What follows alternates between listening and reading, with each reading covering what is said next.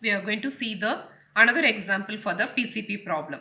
See, in this PCP problem, the problem is given in this order. So it can be given in any order. If you want to represent it in the dominoes format, you can represent. So how will you represent? So this is one string which has the top portion and bottom portion, and this is top, bottom, top and bottom. See, now you are going to represent this in the domino. So how will you represent? So A will come in the numerator and B will come in the denominator. So what you have in the numerator 1 0 and denominator it is 1 0 1. So this is domino 1, and the next one is a domino 2. So that is 0 1 1 and 1 1, and next one is a 1 0 1 0 1 1. So this is a domino you have.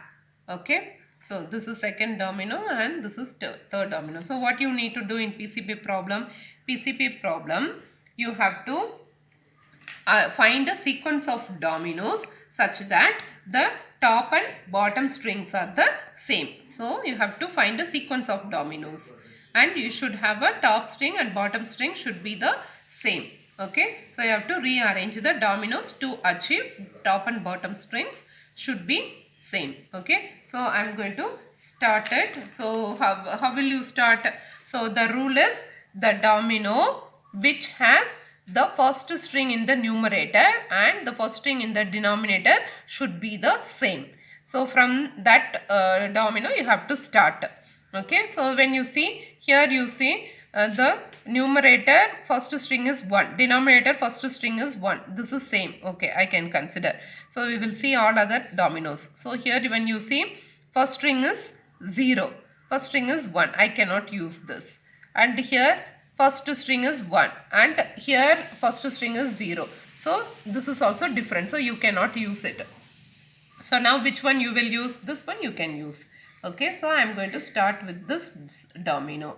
So now I am starting with 1 0 1 0 1. Okay, fine. Okay, so now you write and see 1 0 1 0 1. Okay, so now what you got here, it is same, here it is same, but I got one extra 1.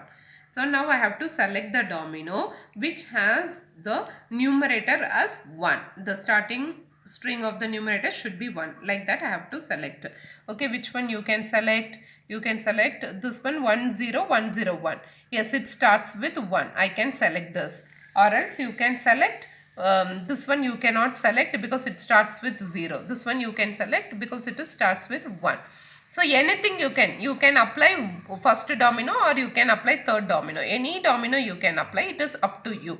Okay, so I'll try with this third because since I used first, I want to try the third one. So I am just trying with the third domino.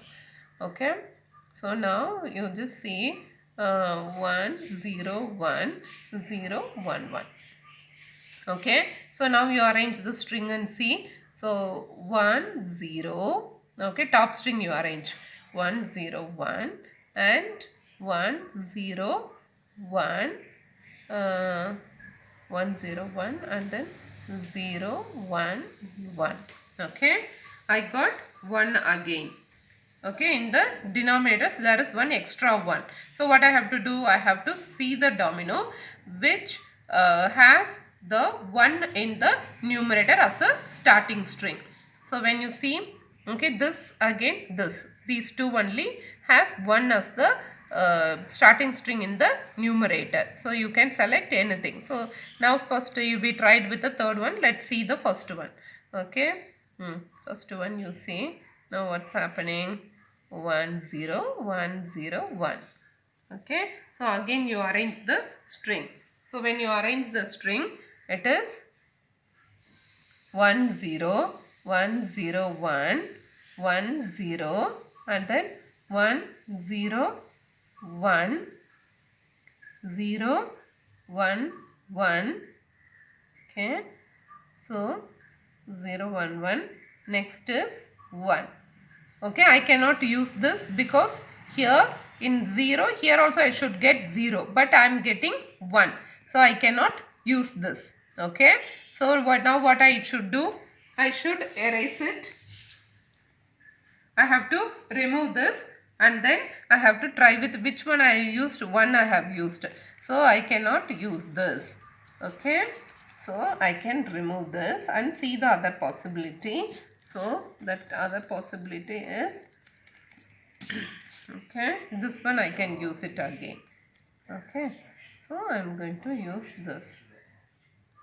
That is 101 011.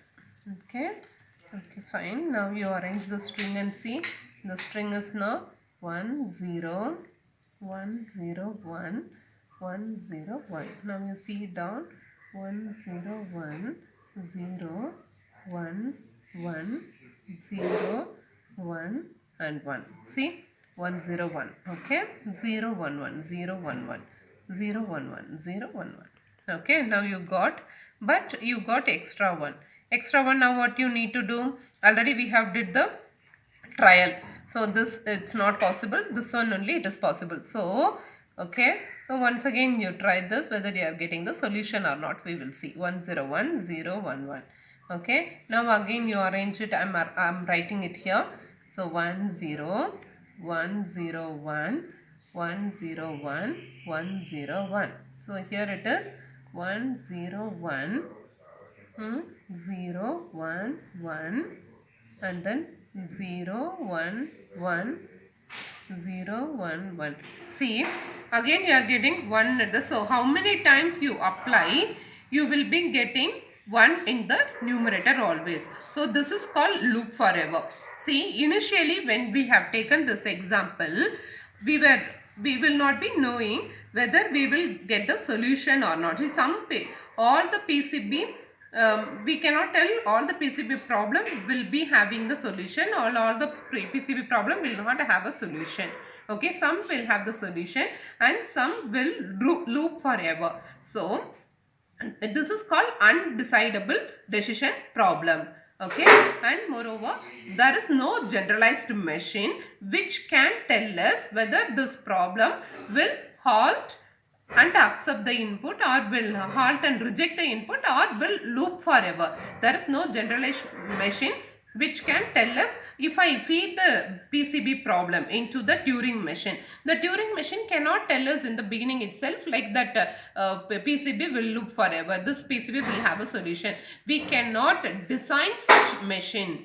Okay, so that is why this problem is called the undecidable decision problem, because now we are not able to see. The previous problem we got a solution, but this one is loop forever. Okay, so this don't have a solution. Okay, so that is why this is called the undecidable decision problem. So I think you must have got what is undecidable decision problem. We will not be able to, the machine will not be able to decide by seeing the input. It cannot predict whether the problem will have a solution or don't have the solution, or loop forever. So this problem is loop forever. Again it's repeatedly I am getting the 1 in the denominator when I apply, and still it is going in the loop. I am not able to get a solution for it. So this is called as undecidable decision problem. Thank you very much.